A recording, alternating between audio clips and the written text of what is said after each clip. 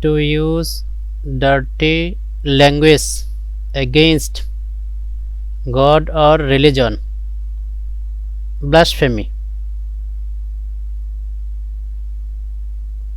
One who believes in the existence of God. Theist.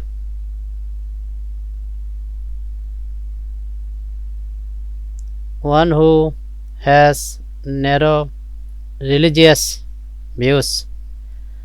Bigot. One who undertakes a journey to a holy place. Pilgrim. A specialist in eye disease. Oculist or ophthalmologist.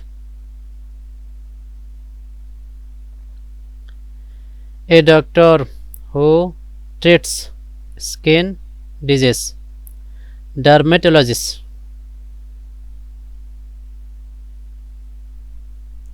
A doctor who treats heart disease.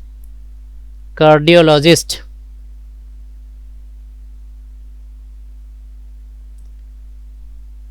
A specialist in mental disorders or maladjustment.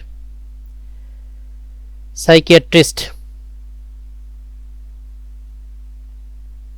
A doctor who studies and treats the disease of children.